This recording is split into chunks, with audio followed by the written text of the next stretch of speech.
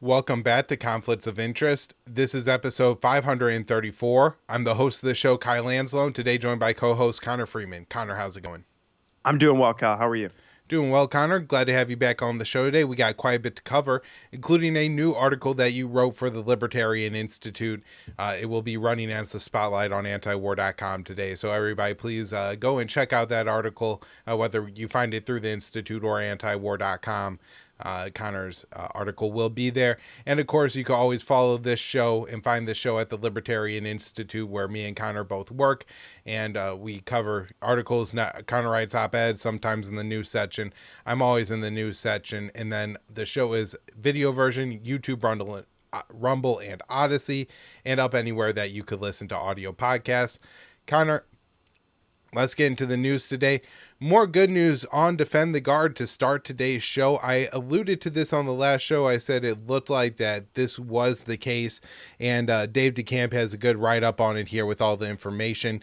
Texas Republicans vote overwhelmingly in favor of restricting combat deployments of state's National Guard. On Tuesday, Texas Republican primary voters overwhelmingly supported a proposition in favor of legislation to restrict the deployment of the state's National Guard to combat zones. The state's proposition stated the Texas legislature would prohibit the deployment of the Texas National Guard to a foreign conflict unless Congress first declares war. In response, 84% of voters said yes, with only 16% saying no. The proposition was based on the Defend the Guard Act, legislation that has been introduced in over 30 states that would prohibit the deployment of the state's National Guard to combat zones without a formal declaration of war as requested by Congress. And this is a tweet from BringOurTroopsHome.us, which is, of course, run by the great Daniel McKnight. It says, "We've just concluded the largest straw poll imaginable for Defend the Guard with over 2 million participants. As part of the Texas Republican primary, voters were presented with a proposition 6. The Texas legislature should prohibit the deployment of the Texas National Guard unless there's a formal declaration of war." And of course, almost 2 million people, 1,865,000 voted in favor of this. So this is absolutely fantastic. Connor, now on to some not so great news and actually quite dystopian news. Pentagon using AI program to identify targets in Middle East and Ukraine. A defense official said that the U.S. Central Command, CENTCOM, has deployed an AI program to identify targets to bomb in Iraq, Syria, and Yemen. The U.S. used the AI targeting system dubbed Project Maven to locate Russian targets that were destroyed by Ukrainian forces. A senior CENTCOM official speaking with Bloomberg said AI systems helped to identify alleged rocket launcher sites in Yemen. The outlet described the statement made by Solution Moore, CENTCOM's chief technological officer, as the strongest confirmation that the U.S. military is using the AI system, that's Project Maven, to identify enemy targets that were subsequently hit by weapons fire. And this is what Moore told Bloomberg, "We've been using computer vision to identify where there might be threats." She went on to say that the program has accelerated due to the situation in Israel. October 7th changed everything, CENTCOM CTO explained. She goes on to say, "We've immediately shifted into high gear and much higher operational tempo than we had previously." And she added that U.S. forces were able to make pretty seamless shift to Maven after a year of digital exercises. A chief warrant officer, that's Joey Temple, explained the value of Maven is increasing the number of targets a soldier can sign off on. He estimates that the number of targets could be boosted from 30 to 80 per hour. According to Bloomberg, he described the process as occurring within the algorithm's conclusion in a rapid scenario. Accept. Moore expressed this view, stating that the benefit that you get from algorithms is speed. While Moore touted the program's deployment, it is unclear if it has had any positive impact on achieving U.S. goals in Yemen. Washington has admitted that recent strikes on Houthi positions have failed to erode the group's military capabilities.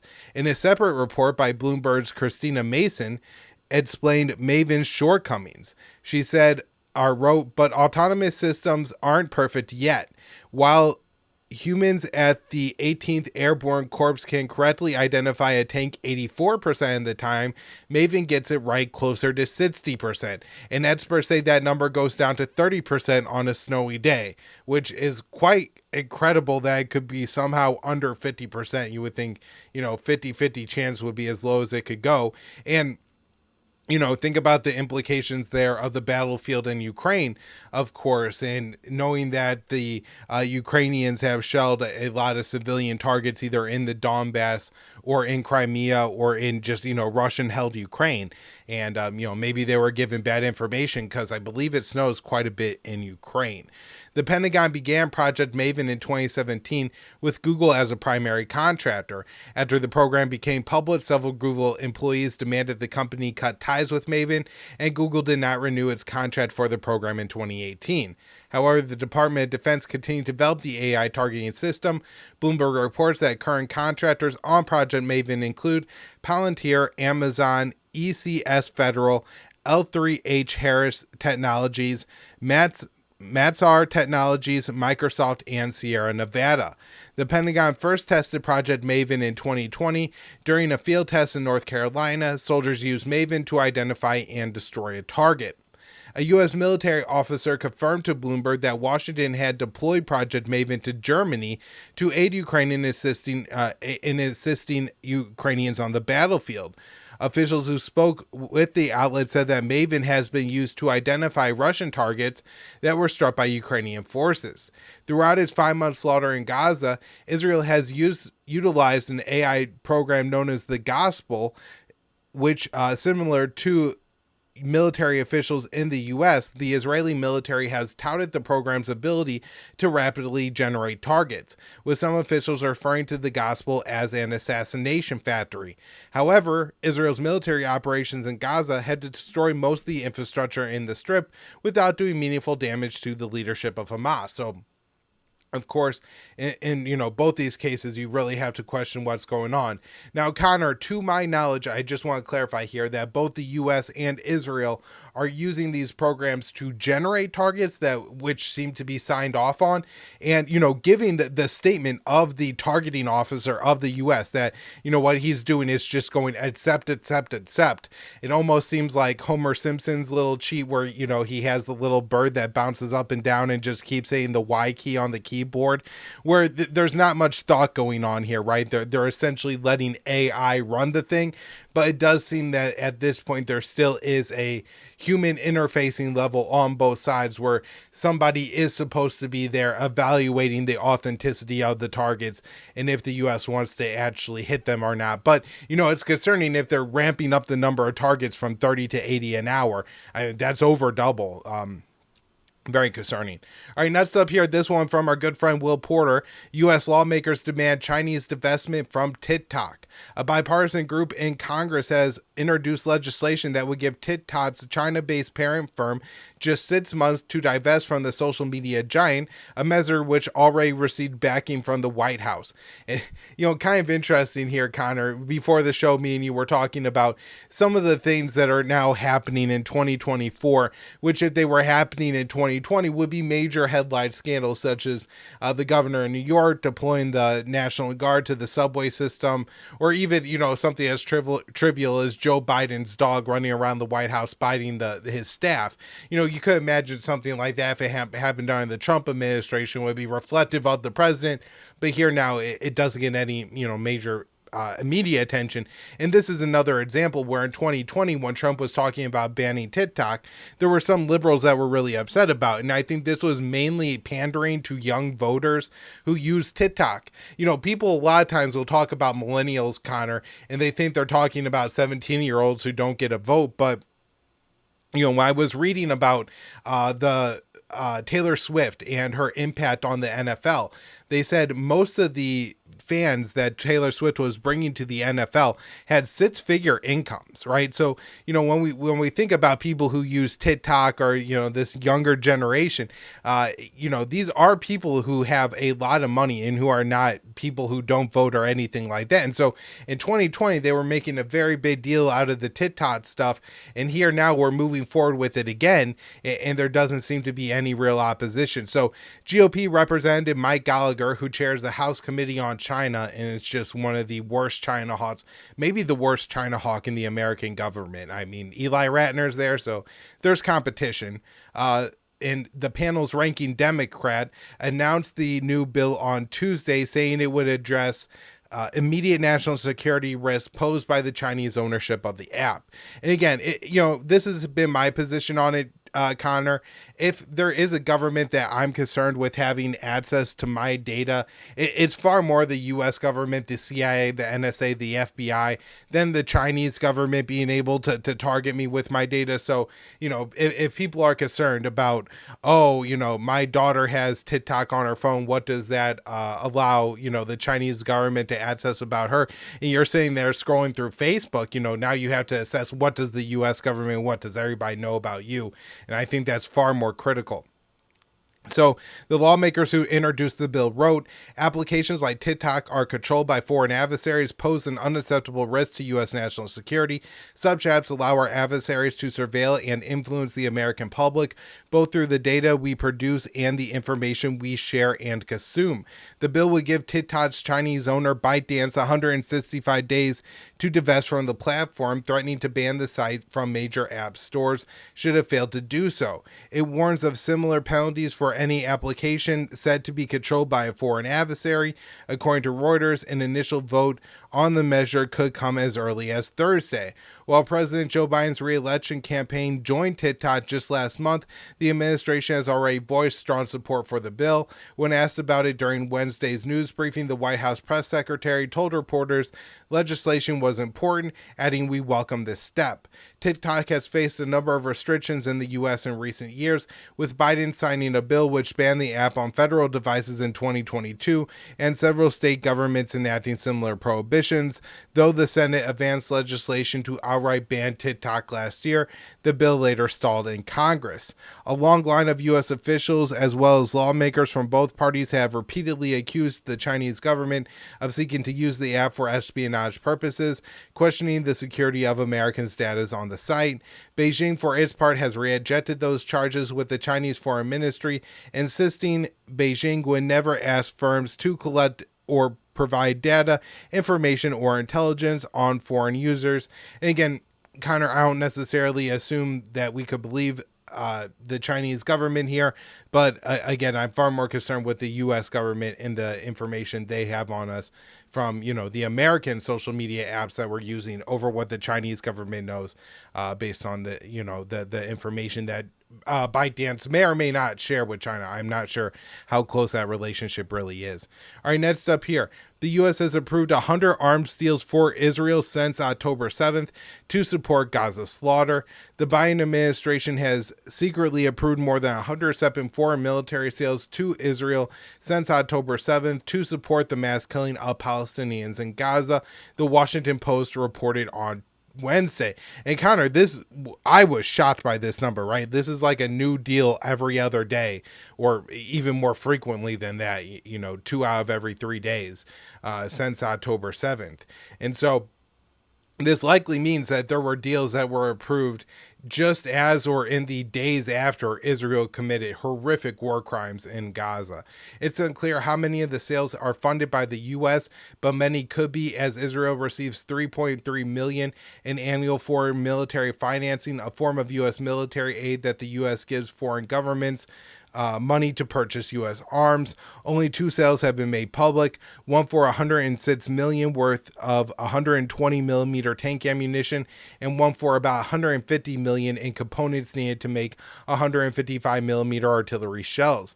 The Biden administration drew criticism for the deals because they bypassed Congress to push through as quickly as possible. And just how horrific is this? Our government is secretly backing a genocide. I mean, they're open that they're backing it, Connor, but the extent that the U.S. is providing bombs and weapons to Israel, I mean, this is surprising even to me. Now, I guess we have known about the totality of the number of bombs, or the purported totality. You know, the Secretary of Defense, Lloyd Austin, has admitted, I think, that at least 21,000 bombs have been sent to Israel since October 7th, another 57,000 artillery shells at least. And that number, I think, came from a Wall Street Journal report in December. And so we know that number is probably quite a bit higher at this point. So U.S. officials told the Post that there was no public debate for the 100 deals because the dollar value fell under the threshold needed to inform Congress, considering the vast number of arms sales in such a short period of time. Making them low value was clearly an effort to keep the arms transfers out of the eye of the public, as President Biden is increasing scrutiny for supporting Israel's genocidal campaign. And what a just dirty, dirty trick to pull on the American people. All right, Connor, next up here's an article from CNN. Israeli siege of Gaza is starving children to death. CNN reports, as Israel's severe restrictions on aid entering Gaza Strip drain essential supplies, displaced Palestinians in Gaza told CNN that they are struggling to feed their children. Starving mothers are unable to produce enough milk to breastfeed their babies, doctors say. Patients arrive at overwhelmed health facilities begging for infant formula. In northern Gaza, people are rushing to grab aid from infrequent humanitarian drops. Health workers say they cannot offer life-saving treatment to malnourished Gazans because Israel's bombardment and siege has crushed the medical system. The health ministry of Gaza said Tuesday that since the beginning of the war, 364 health workers have been killed, 269 medical staff have been arrested, and 155 health facilities have been destroyed, and 155 ambulances have been targeted. CNN said they cannot independently confirm the numbers due to the lack of international media access to Gaza. Since then, Israel's attacks on Gaza have increased by at least since then, Israel's attacks on Gaza have killed at least 30,000 Palestinians and wounded an additional 70,000, according to the health ministry in the enclave. While it has drastically diminished vital supplies and left the enclave's population, some 2.2 million people, exposed to high levels of acute food insecurity or worse, according to the Food Security and Nutrition Phase classification, which assesses global food insecurity and malnutrition. At least 20 Palestinians have starved to death, according to a spokesperson for the health ministry. The youngest, a baby who died of starvation in the enclave, was 1 day old, according to Hassam Abu Saif, the director of the Kamal Adwan Hospital. The true number could be even higher, as limited access to northern Gaza has hindered the ability of aid agencies to fully assess the situation there. UN experts accused Israel of intentionally starving Palestinians in Gaza. Israel insists there is no limit to the amount of aid that can enter Gaza, but its inspection regime on aid trucks has meant that only a tiny fraction of the amount of food and other supplies that used to enter Gaza daily before the war is getting in now. And Connor, this is a huge omission from CNN. And so hopefully this is the kind of thing that will start to wake up more and more liberals. CNN is probably where a lot of Joe Biden supporters get their news. And this is fairly scathing. There is a little bit of the, October 7th happened, and so that gives Israel some justification for all this. But largely, this whole report is a straight condemnation of Israel and what they're doing in Gaza. And of course, it is very much too little too late. They should have been raising the red flag a long time ago, like when we were on this show, because, you prevent famine by preventing the starvation. Once famine is already declared, then you're in famine and children are dying from hunger and starvation and things like this. So really, truly, truly horrific what's going on, what the U.S. is allowing to go on here. Also interesting, Connor, that the U.S. has essentially taken this position that once Hamas agrees to a ceasefire, more aid will be allowed to enter Gaza. And, from the American perspective, of course, we don't read that and think, the U.S. is leveraging aid to get Hamas to agree to a ceasefire. but I'm sure that's how, how it looks from the Palestinian side. And one of the reasons I think this is extremely important is to see things from the Palestinian perspective. If the U.S., Joe Biden tonight, we are recording this podcast, and I'm just going to go ahead and throw this one out this afternoon, Connor. That way it's out before the president's State of the Union address. But we've had reports that the president, and I guess this is fairly confirmed, I've seen a report across the entire mainstream media, that the president plans to use the U.S. military to set up a port in Gaza to allow aid to enter.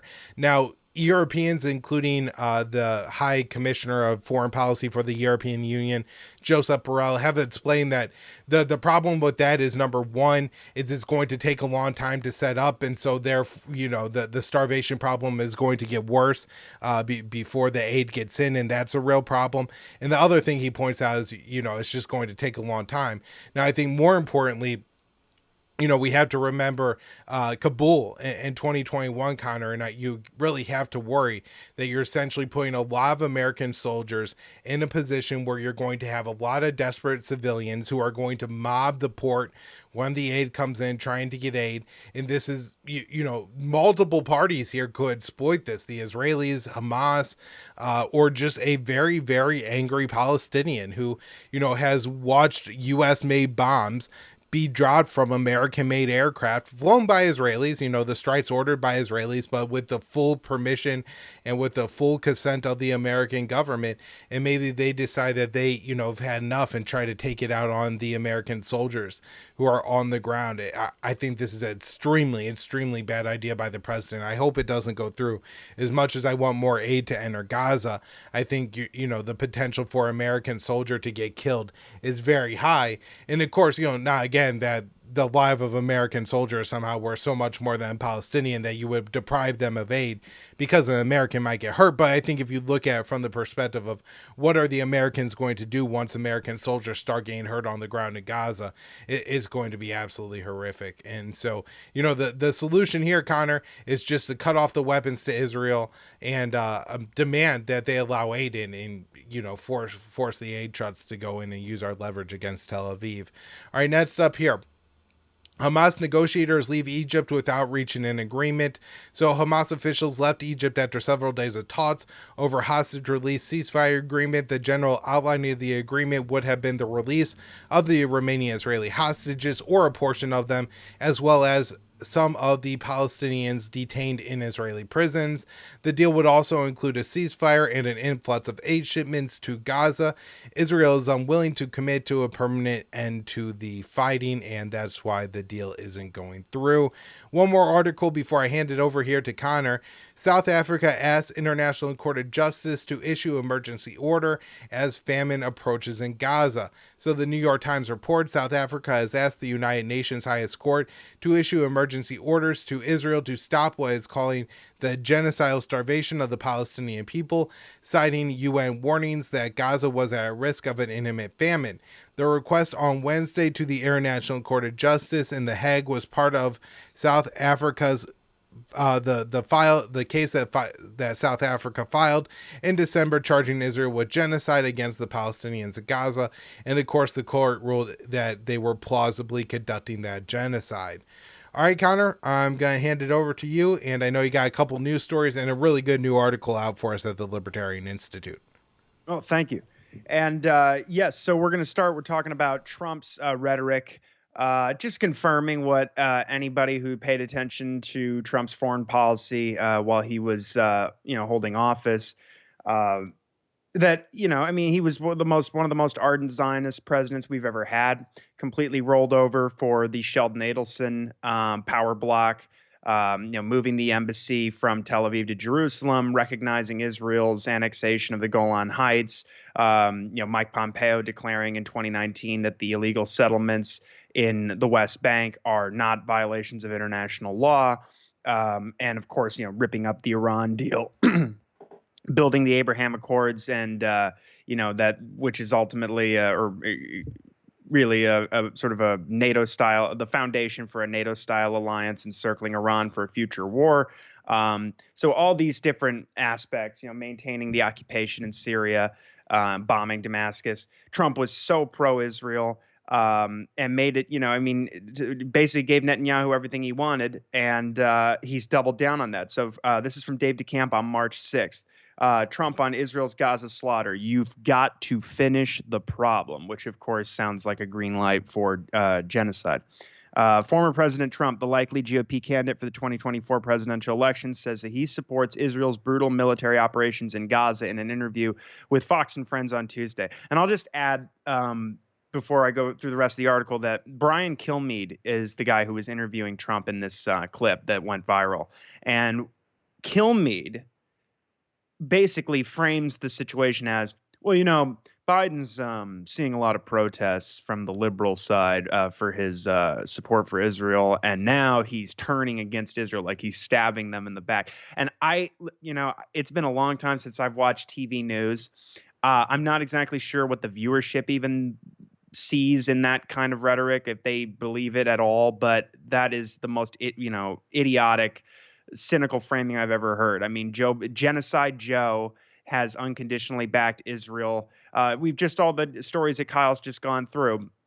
I mean, 100 weapons deals secretly approved during this genocidal ethnic cleansing campaign. Just the absolute, refusal to leverage any aid to put any pressure on Israel. 5 UN Security Council vetoes against resolutions calling for a ceasefire, condemning the massacres like the Flower Massacre, which recently took place, where the Israelis just opened fire and killed over 100 Palestinians, desperately trying to reach some aid that was just a little trickle of aid that was allowed in. It's just been absolutely shameless. In fact, Biden is Israel's man in Washington, as he's been known forever, and he's, comatose or not, he's acted that way as president. So it's just a complete ridiculous framing. But of course, Trump went along with it, and he agreed. As Dave says here, the host described him as being firmly in Israel's camp, of course. And he was then asked if he was on board with the way the Israeli military was carrying out its campaign. And Trump says, you've got to finish the problem.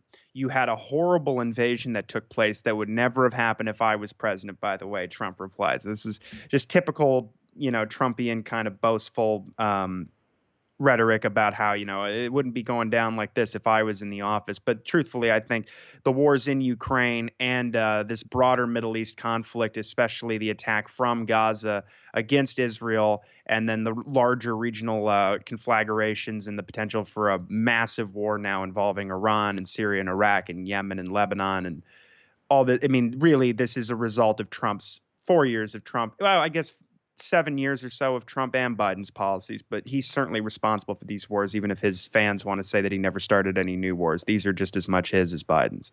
So he didn't elaborate on the position, of course. He only claimed that the October 7th Hamas attack would never have happened if he was still president. When he was asked whether or not he would support a ceasefire, he said, look, I see what's happening. Again, it would never have happened. This attack on Israel, and likewise Israel's counterattack, which is what it is, would never have happened if I was president. And so Dave goes through here and cites a lot of the pro-Israel positions that Trump took, some of which, as I said, moving the embassy, which were unprecedented, and reversing decades of U.S. policy and saying that, not that we ever hold Israel accountable for the illegal settlements. I mean, you have 700,000 illegal settlers living in these Jewish-only colonies in the West Bank, running completely rampant, murdering Palestinians. And, we get these kind of perfunctory condemnations that don't really amount to nothing. But that's, at least Blinken, the one thing they've seemed to have rolled back is he said that actually is not the case, that the settlements are a violation of international law. So Trump has been relatively quiet on the campaign trail about the Israeli slaughter Palestinians in Gaza. I will say this, at the Republican Jewish coalition thing where it was him and Vivek and I guess DeSantis was still in the race and some of the other buffoons.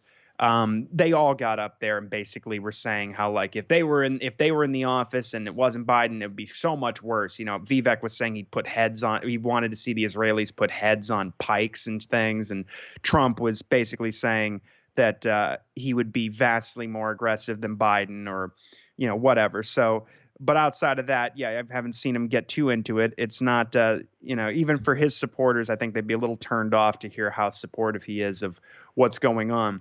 But of course, so far, almost 31,000 Palestinians have been killed in this genocide, and about 2/3 of the casualties are women and children, somewhere around or north of 70%, as some of the estimates say.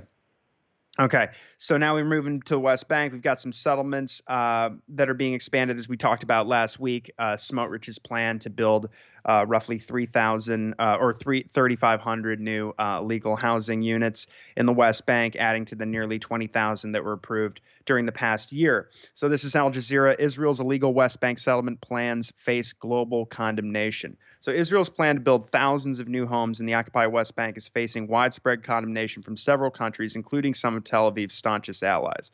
The country's settlement planning authority on Wednesday greenlit permits for nearly 3,500 new illegal settlement housing units in the occupied territory, the first such approval since Israel's war on Gaza began after the October 7th Hamas attack. So Israeli settlements have long been viewed as a violation of international law and a hindrance to Palestinian statehood, of course, by the international community. Officials say the latest constructions planned in Malal Adumim, Kedar, and Efrat are in retaliation for a February shooting targeting illegal settlers, which is just, insane, of course, because we've seen hundreds of Palestinians killed just since October 7th, and by Israeli forces and the settlers. And it becomes, as we've discussed before, more difficult, even in Israeli media reporting of these pogroms that are going on and depopulations of villages and rural areas, particularly outside Hebron, to distinguish between who's in the IDF, who's a settler. So many of these guys have just put on the uniform and taken up positions in the West Bank because so many of the soldiers have gone over to Gaza, or they're fighting in the north. And so Smotrich says the enemies try to harm and weaken us, but we will continue to build and be built up in this land. And this is Bezalel Smotrich, who is the de facto governor of the West Bank. He has this new position in the defense ministry, puts him in charge of the illegal settlement construction, and he's also the finance minister. And Smotrich said that the constructions add to the 18,515 housing units and illegal settlements approved in the past year, since Netanyahu came back to power in December of 2022. All of last year they were setting records for these approvals for new settlement construction. So Palestinian authorities' Ministry of Foreign Affairs called the settlements illegal and illegitimate, adding there a call for the cycle of violence to persist. The ministry calls for swift international sanctions that would deter Israel from building more settlements, and to include National Security Minister Itamar Ben-Gvir and Smotrich, as well as any other Israeli official who plays a role in deepening and funding illegal settlements, the ministry said in this statement. Now, Hamas said that Israel's move is a confirmation of the Zionist plan aimed at controlling our land, restricting our people, and isolating them. We affirm that this false declaration has no legal basis and is nothing but a message of defiance and recklessness. They called on the UN to take punitive steps against this criminal entity and its Nazi leaders, which is pretty good rhetoric, actually, when you consider the fact that we're constantly hearing that Hamas is ISIS or Hamas are Nazis. The Israelis are the ones really that are acting much like the Nazis as anybody currently on the world stage. Hamas also warned against remaining silent about Israel's violations that increase tension and escalation in the region. Jordan's Ministry of Foreign Affairs said the settlements were unilateral and illegal measures that violate international law and undermine peace efforts and the establishment of a Palestinian state. Then we have Qatar. Their Ministry of Foreign Affairs condemned in the strongest terms the approval, stressing that such moves, quote, pose a serious threat to international efforts aimed at implementing a two-state solution and hinder the presumption of the peace process. And similarly, Saudi's Ministry of Foreign Affairs said there is a need to provide hope for the Palestinian people, enable them to obtain their rights to live in safety and establish their Palestinian state within 67 borders with East Jerusalem as its capital, in accordance with the Arab Peace Initiative and relevant international resolutions. Further afield in Europe, Germany has asked Israel to withdraw the plans, adding they are, quote, serious violation of international law. We strongly condemn the approval of further settlement units in the West Bank, the country's federal foreign office said in its statement. And then earlier, of course, Tony Blinken said that the plans are illegal, disappointing, and counterproductive to achieving enduring peace, because that's what Blinken is always committed to, is enduring peace. And he says, our administration maintains firm opposition to settlement expansion, Blinken said at a news conference in Argentina's capital in Buenos Aires last week. In our judgment, it only weakens, not strengthens Israel's security. That's what's most important, Israel's security. Although he made no mention of the tangible consequences Israel could face for settlement expansion, because, of course, there are none. But and any sort of action to try and hold them accountable at the UN will be blocked by the U.S. So, but it just goes to show, I mean, we're seeing just mass killings of Palestinians. Last year was the deadliest year on record since they've been keeping track for the last several years for Palestinian children. It's only going to get worse this year. And we discussed last week just the ridiculous escalation of home demolitions in East Jerusalem. So the Palestinians are just being subjected to more totalitarianism, but they're getting poorer and poorer as a result of these policies directed at UNRWA, the Palestinian UN aid agency, through all these lies that have been concocted by the Israelis that members of that group, which has existed since the Nakba, the mass expulsion of the Palestinians in 1947 and 48, murdering and kicking 750,000 Palestinian Christians and Muslims off their land. They've lied and said that some of their members were involved in the attack on October 7th. And as Kyle has covered on the show numerous times, we even have U.S. intelligence saying that they have low confidence in these claims that have been provided in this dossier. Major mainstream media publications that ordinarily would go along with anything Israel say that no, there's no real evidence here at all to support these claims. And when the U.S. intelligence says that they have low confidence in a claim, that sounds like maybe it could be. I don't know. But what that really means is that it's just an assertion. There's absolutely no evidence to support it. And so this piece is very damning from Al Jazeera. If UNRWA goes, so do our dreams of returning home, Palestinians fear. So residents of the occupied West Bank fear total loss of health care and education, while the UN aid agency warns of escalating tensions if it is forced to halt operations. Because, of course, so many Western countries have pulled their funding over complete lies. And really, this is part and parcel with the genocide of the Palestinians and, completely thwarting any last vestiges of hope for their statehood. And so among the children playing on the street in the Ida refugee camp near Bethlehem in the occupied West Bank is 10-year-old Ahmad Dahmesh, who dreams of becoming a doctor when he grows up. He belongs to the fourth generation of the Damash family to live in this refugee camp since his ancestors fled the Nakba from the Jerusalem neighborhood of Deir Rabban 75 years ago, as some 750,000 Palestinians were driven from their homes to make way for the creation of the state of Israel. Central to Damash's dream is a UN agency that has provided for Palestinian refugees in the occupied territory and neighboring nations since then, the UN Relief and Works Agency for Palestinian Refugees, that's UNRWA, and provided the Damash family with their very first tent in Ada. It is responsible for 702 schools, providing education to 500,000 children and students, according to Anwar Rahman, the deputy head of the PLO's Refugee Affairs Department. It provides aid to 400,000 people living in the Ida refugee camp.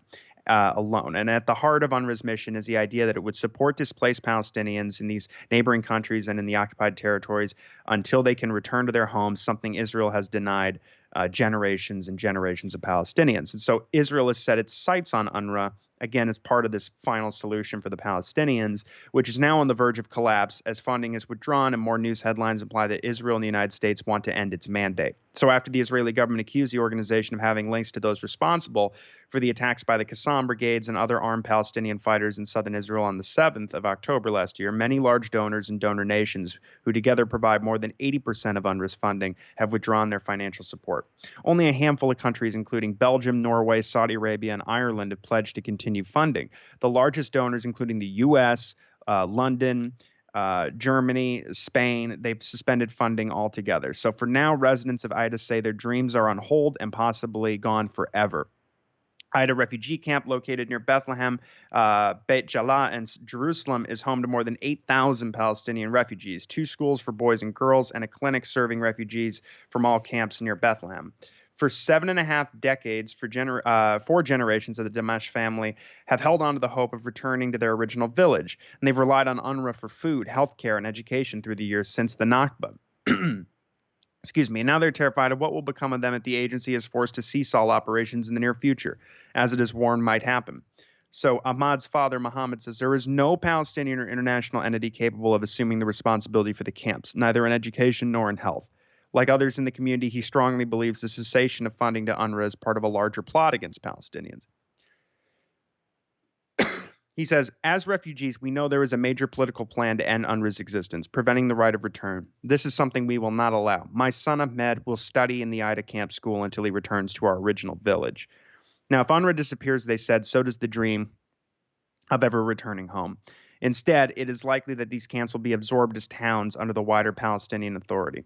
While Ahmad's father is particularly concerned about the future, which is basically the PA is just a subcontractor for the Israeli occupation and would condemn these people to, just generations more of occupation, humiliation, and torture, and ethnic cleansing and violence, and impoverishment. And while Ahmad's father is particularly concerned about the future of his son's education, what that means for his dreams to study medicine. His grandmother, 70-year-old Halimna Dahmesh, worries about healthcare services. So even before the war in Gaza began, services offered by the UNRWA clinics have been shrinking, with only medical treatment and prescriptions for chronic conditions available, said Mohammed. Even that will stop if UNRWA can no longer operate. His mother, Helena, told Al Jazeera, the UNRWA clinic has stopped providing diabetes medication, among others, which I need. So my son buys it for nearly $100 a month. She feared that this would not be sustainable for the long term, especially with the severe economic crisis in the occupied West Bank, which has been so exacerbated due to the lockdowns and cutting off all these communities from each other, and even more so than before the war.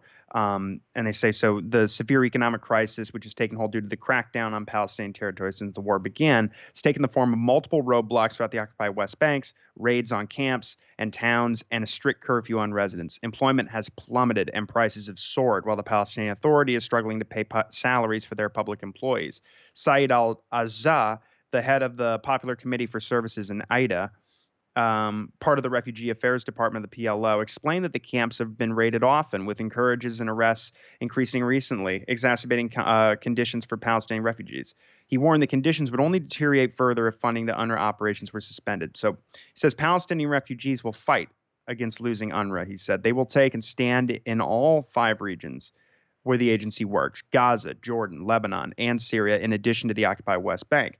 UNRWA holds political significance as a witness to the Nakba and as a UN-mandated agency that no Palestinian wants to lose before refugees get their right to return to their homes from which they were displaced in 1948. UNRWA Operations Director in the West Bank region, Adam Polak, told Al Jazeera that the removal of UNRWA and its services would be a recipe for escalating tensions, especially considering that the youth population in the camp exceeds 30%. And, again, this could be part of generating a casus belli for a much more violent and overt ethnic cleansing campaign akin to, somewhat akin to what we're seeing in Gaza. I don't think it would take exactly the same sort of form.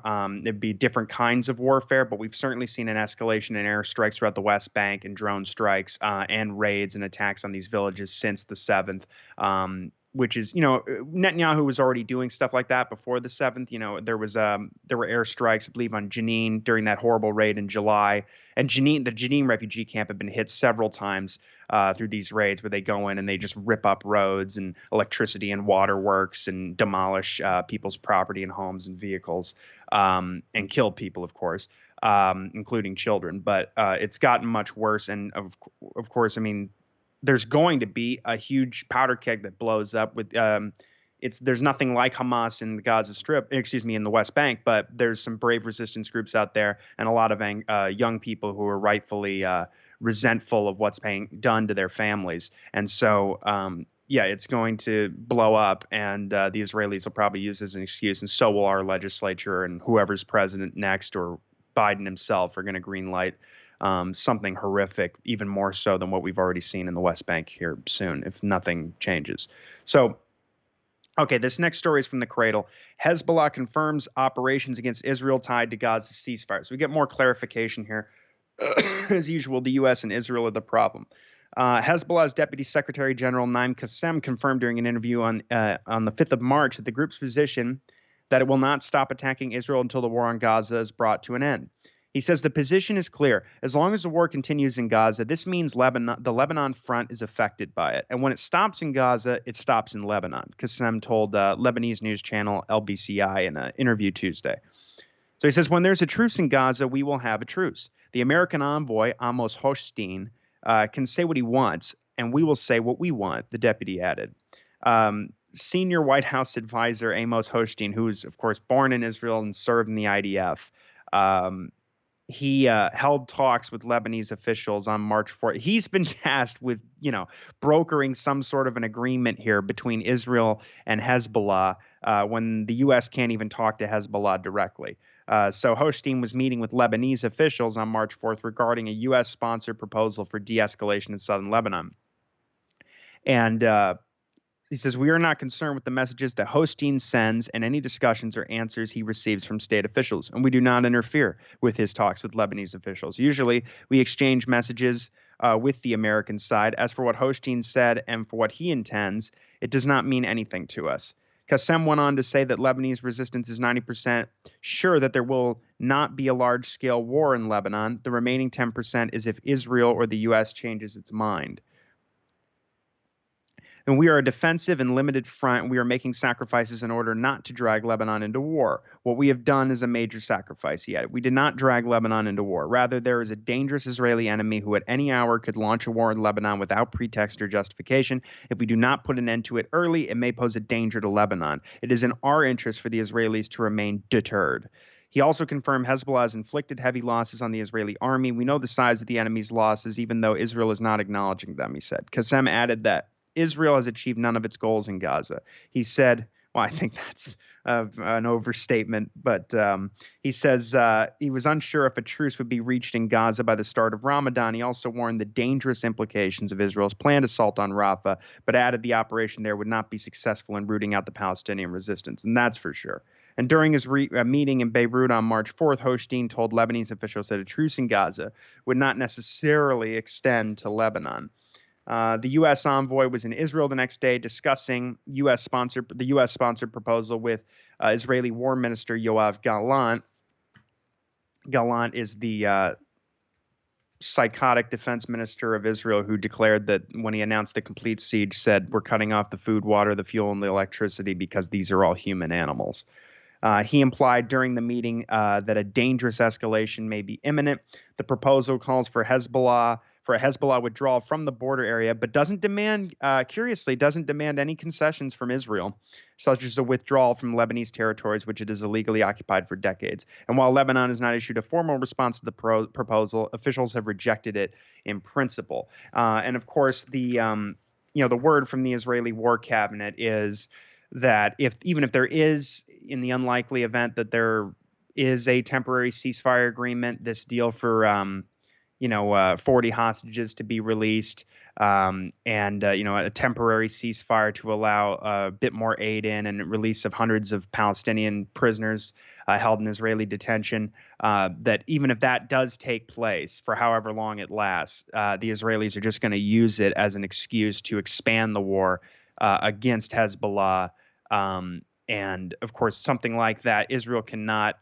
First of all, we're already getting into the world of hypotheticals because I don't see Israel actually stopping its genocide in Gaza or really holding off this attack on Rafah for much longer. And if they're going to be doing that and also fighting Hezbollah in the north, as we've seen in reporting from the Washington Post, covering these DIA assessments, no one believes that Israel can take on a two-front war like that themselves. So, of course, the U.S. will intervene. And if that does happen, it'll effectively mean the U.S. at war with 5 or so countries simultaneously, the entire axis of resistance, including Iran, Syria, Iraq, Yemen, Hezbollah, and, of course, the Palestinian resistance. And it would just be an unparalleled disaster, even in light of what American policy has looked like in that region for the last 20 or so years.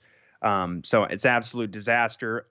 But unfortunately, this is what Netanyahu wants. He needs to stay in power because there's going to be a major reckoning against him, not only for his corruption, which is one of the reasons why I'm sure he leapt at the opportunity to launch a war to ethnically cleanse Gaza and retake it for the Zionists, but he also effectively allowed the attack to happen, and there's going to be hell to pay for that. And a lot of these hostages, the ones that have died or the ones that are going to die, all that's going to be on his hands, even though the fanatical Israeli population you almost unanimously support, at least according to Gideon Levy, the writer at Haaretz, who's a critic, an Israeli staunch critic of the occupation, says that it's the unanimous war. Now everybody supports the genocide. Netanyahu's very unpopular, but everybody supports the genocide, and so he needs to keep that war going for as long as he can to avoid going to prison or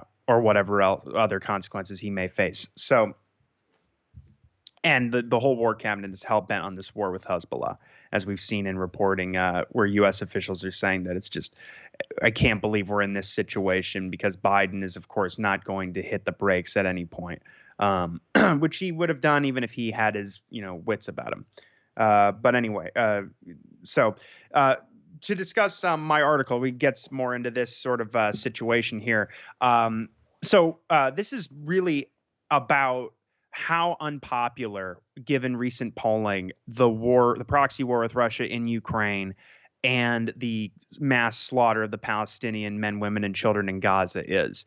So I was intrigued by the fact that there's this recent poll from Harris and Responsible Statecraft that shows that 70% of Americans do not support this policy of unending aid to Ukraine and this indefinite continuation of the proxy war. They instead would like to see the United States push for a diplomatic settlement. So that is a rejection of the Biden policy. And we also have polling from Data for Progress recently, which dovetails with the other polls that have been done by Reuters, Ipsos, and other groups throughout this war against Gaza. Although the numbers are higher now, we have 67% of the American population that wants to see an end to the aid to Israel and a ceasefire. The White House to push for a ceasefire, and that breaks down to 77% of Democrats, 69% of Independents, and as I say here, a staggering 56% of Republicans, which I think is pretty remarkable and impressive, and something that should be encouraged.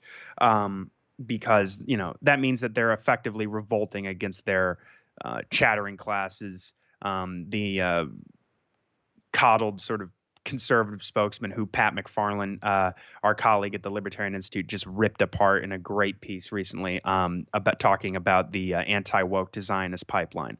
The Ben Shapiro's and Steven Crowder's and Matt Walsh's of the world, who basically try to play culture war games on the American right and convince them that they should support a genocide of Muslim and Christian women and children because of something the left did on a college campus that should make you mad and angry. I don't know, but that is the situation we're in. But so this is the point of this piece is really about how the vision of America has been shattered by Joe Biden. The fact that we've killed hundreds of thousands of Ukrainians in a war ostensibly to protect them and their independence. They've lost 20% of their country. The average fighting age of these men is 43. It's the most heavily mined country on the planet. We've sent over depleted uranium munitions for these tanks that we've been providing. The country, at least where the war is taking place, is now covered in cluster bomblets that the U.S. is providing, including in those 155 millimeter artillery shell variants, which means those will be killing civilians and farmers and children for decades and decades into the future, just like we've seen in Laos and Cambodia and Vietnam, on both sides of the border, in Ukraine and Russia. And now, of course, the rhetoric is heightened to this like fever pitch because we have, Emmanuel Macron, the French president, talking about how, sending troops to fight Russia, NATO troops to Ukraine, that's not off the table. I'm not taking it off the table. And like he says this, and then Putin comes out and says that, our strategic nuclear forces are on high alert and we have weapons that can hit all of you in your own country. So just keep that in mind when you make your comments like this. And Putin's a guy who, as Matthew Ho has said recently on Judging Freedom, Judge Adrian Napolitano's show, which Kyle is on every week, he was saying, this is a very serious threat. I mean, it's not like the Americans. I mean, this is when Putin draws a red line, as we should all know now, he typically will defend it. I mean, this is how we got into this mess in the first place. It's because the Americans continue to push and push and push past Putin's red lines. And then they pretend that, whatever happened, it's all unprovoked. And the situation we're in now, of course, with the war against Russia, we have erased these red lines. We've been providing intelligence to the Ukrainians so that they can carry out prolonged drone warfare against Russian civilians and military targets deep inside Russia, including on air, even as far as December of 22, where they were attacking Russian air bases that were holding, nuclear capable bombers. And we've had neo-Nazi groups tied to Ukrainian military intelligence armed with NATO weaponry going into the Belgorod region and attacking civilians there. And we have this leaked recording of the head of the German Air Force discussing plans to provide Taurus missiles now, which have a range of 300 miles, which means that, of course, as we know from the Teixeira leaks, that Zelensky is basically salivating at the opportunity to launch strikes with weapons like those deep inside Russia, because, of course, the counteroffensive, which they, of course, knew would fail, it did. All it did was kill tens of thousands of Ukrainians, sap any remaining, artillery and ammunition and manpower that they had. And Russia is now better prepared to launch its own offensive, and the Ukrainians are basically sitting ducks and have, as I say, they're completely depleted of anything to mount any sort of considerable or reasonable defense against the Russians. And in the meantime, all these NATO establishment types, like these madmen in the German Air Force, what they want to do is attack the Kerch Bridge, which connects the Crimean Peninsula to Russia. And every time we attack the Kerch Bridge, it's always with U.S. or British or other NATO assistance. The Russians launch massive bombing across Ukrainian civilian infrastructure. And so they do not care about the Ukrainians, and I think the American people understand that. And so it's very heartening to see that there's this opposition being built up. What that entails as far as actual policy, I don't know. I have no confidence in this government, and they don't seem to give a damn about American public opinion. When it gets into the Gaza situation, I think it's so interesting that, in this case, we have the war in Ukraine is it seems to be, very unpopular if you have 70% of people who are completely against Biden's position. But that war has been going on for over 2 years now, whereas this war against Gaza is only about 6 months old. And so now we have, or I should say 7 months old, but we have the American people have turned against it roughly in the same sort of proportions. You have 2/3 of the country that's against it. And it's because we have these live social media feeds blasting into every American household day and night. If anybody cares to look at it, you can watch hundreds of children and women and men be blown to bits, shot, and killed and permanently disfigured with our weaponry. And we see what what the U.S. is pulling at the UN, vetoing these ceasefire resolutions and making us a party to a genocide. I mean, the International Court of Justice, the ruling from the South African case, that yes, Israel is plausibly committing genocide, which means the U.S. of course is complicit in all of this, as we know. And I think the American people are just absolutely disgusted and abhorred, and it's unveiled the empire in a way that, people always say that one of the reasons why the establishment or the hardcore American imperialist blob doesn't like, the faction that doesn't like Trump is probably because he sort of takes the mask off of the empire, where he'll say that, yeah, we're occupying Syria because we're taking the oil. We get, whereas the Biden administration would come in, they wouldn't change the policy, but they would be like, no, we're just here to protect the Kurds, even though they let, NATO ally Turkey bomb the Kurds whenever they want. So, but in this case, there's really no way to paper over the fact that Biden is committing an absolute genocide and murdering all these women and children just as much as Netanyahu is. And that's why he's called Genocide Joe. That's why his aides are helping him avoid anti-war protesters like the plague. That piece that Kyle wrote up at the Institute recently covering the NBC News report about how they have to go through all these extraordinary steps, as they said, just to avoid the public, these anti-war protesters. They're telling, and we've seen clips where they have, basically security people at these events that Biden speaks at, telling Muslim women in hijab, sorry, even if you were invited, you can't come in, because they cannot defend this policy. And so, in the meantime, we've just we know, as Kyle was just talking about from that CNN piece, that now children are dying of starvation in these big numbers. And as UNICEF is warning, it's going to explode. The child mortality rate is going to it's going to shoot through the roof. Babies, infants, and children, just like in Yemen, are going to be hit the hardest from this. And this is by design by the Israelis. And of course, already the UN has been warning that over 576,000 people, more than a quarter of the population, or roughly a quarter of the population, are in famine conditions, like not facing famine, but in famine conditions. And so we're going to see piles and piles of corpses of people who just starved to death completely. And of course, diseases are going to run rampant as a result of the bombing of all the critical infrastructure and the lack of aid and medicine and any clean water or food. And at the same time, we have these dystopian AI programs selecting targets. We bombed the place worse than the Gaza Strip, worse than Dresden. I mean, this is an open air concentration camp, and they've destroyed or severely damaged over 60% of all the infrastructure. And that's reporting from back in January. That's a study that was done in January and covered by The Guardian that I cite in the piece. And in the meantime, as Kyle has covered at the Institute, we have these horrific stories coming out of Israeli media about just the most barbaric torture being inflicted against thousands of Palestinians who are being rounded up from Gaza, let alone the thousands of Palestinians who are being rounded up in the West Bank in these raids and this arrest spree that they're doing.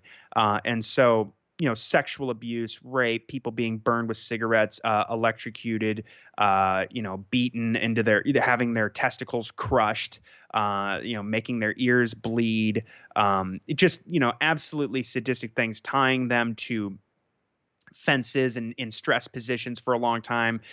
We've heard before from Palestinians who've demonstrated like what is actually done to them, where you'll be tied to a chair with your back bent and all kinds of horrible contortions and just left like that for extended periods of time, not being deprived of sleep, having, just humiliating these people and beating them with, pipes and beating them on open wounds and horrific things, making them defecate on themselves and not allowing them to go to the bathroom. I mean, this is the American people. I think, it's kind of symbolized by Aaron Bushnell, the active duty Air Force member who self-immolated himself in front of the Israeli embassy in Washington, D.C. in protest. He said, "I would not be complicit in genocide." As I say in the piece, that's really the last bits of the deluded American exceptionalism that we've been sold just in my lifetime, this like completely transparent BS version of what it means to be an American. Like all of that fantasy of, we stand for truth and justice and democracy and human rights and all this liberal interventionist dogma, it all burned right there. It's done. And, I don't want him to die in vain or any of these Palestinians to die in vain. I think the American people are going to be permanently changed by this war. And I think that they've just completely seen, as I said earlier, everybody said that Trump took the mask off the empire, but I think this is that in spades. Because Joe Biden, this whole administration's whole nonsense about how we stand for democracy and human rights and independence of nations and all these different things, when of course Zelensky is acting like a dictator, persecuting Christians and outlawing opposition media and opposition parties, and launching this horrible conscription campaign against the civilians there. It's just horrific, and the propaganda, the Hezbollah that has masked the true nature of the Zionist settler colonial project and the brutal reality of the occupation and the apartheid state. It's worse than apartheid. It's much worse than apartheid. I mean, technically, you've never seen anything in South Africa as bad as it was. There's nothing like what's happening in Gaza today. I mean, this is like a Holocaust level of barbarism. And so, I think the American people are just going to have to, there's a breaking point coming, because it was this week actually, Code Pink, when they talk to any sort of American representative and they say, hey, why are my taxpayer dollars going to butcher women and children? Why do you support this? And this recent guy, forgive me, his last name is Fleischman. He's a Republican, Chuck Fleischman, and I forget what state he's from, but he just yells at these, I think they were from Code Pink. He yells at them, "You could say goodbye to Palestine." And previously we had Andy Ogles, the Republican from Tennessee representative, who said when he was being asked about babies being murdered with American bombs, he said, "I say kill them all. How do you feel about that?" And so I just don't think the American people can handle this much longer. The cognitive dissonance cannot hold, and it apparently isn't at this point anyway. I mean, most of the country is against this, and I think it's only going to get worse. But the American people have seen the true nature of what the state is now, or at least in its the way it conducts itself overseas, let alone all of our major domestic scandals and political persecution here at home. And so I think that as we covered in the beginning of this my segment talking about Trump's position, where he's saying that he'll be virtually identical or potentially worse than Biden is on Israel, because that's what the likes of Brian Kilmeade are going to be encouraging him to do the entire time, to go above and beyond what Biden's already done. I think it's just, unfortunately, the American people are going to come to a crossroads, and I don't know what the future of that looks like, but this is a very, very much a watershed moment. We've seen things done in our name and with our money that we couldn't fathom before, and there's really no going back. But I guess we'll have to see what happens next. And so I don't know if Biden's going to address all this in his State of the Union speech tonight, but I'm sure we'll get actually, it's going to be very interesting to see Gabriel Shipton, Julian Assange's brother, standing there next to Thomas Massie in the crowd. I mean, there's so many real issues going on in this country. As I open the piece with talking about how, really what Americans are concerned with, in addition to all these issues we were just talking about, is the inflation crisis and the healthcare crisis and immigration and crime. And the Biden, I don't even know how they're going to sell what this administration's policies are. I mean, the reelection campaign is just absolutely absurd. Everything about American society now is absurd, and starting with Biden. I mean, it's just absolutely crazy. Just the other day after Super Tuesday, he said to a bunch of reporters, "I can't ask questions. You can't take questions right now. I'll get in trouble." And then he just looked with this glazed look on his face, like he has, obviously Alzheimer's or some other kind of affliction. And so it's just, people know that he's not even really in control. So they're just saying, this is what the bureaucracy, this is what the blob, this is what the deep state does. They are genocidal maniacs who are taking us to the brink of nuclear annihilation. And despite the American public's view on these wars, they will not stop. And I don't know where we go from here, but I think that's very instructive for the American people to know. All right, Connor. Thank you so much for that breakdown. Everybody, thank you for tuning into the show. We'll be back with more next week. Thank you, Kyle. Thank you, everybody.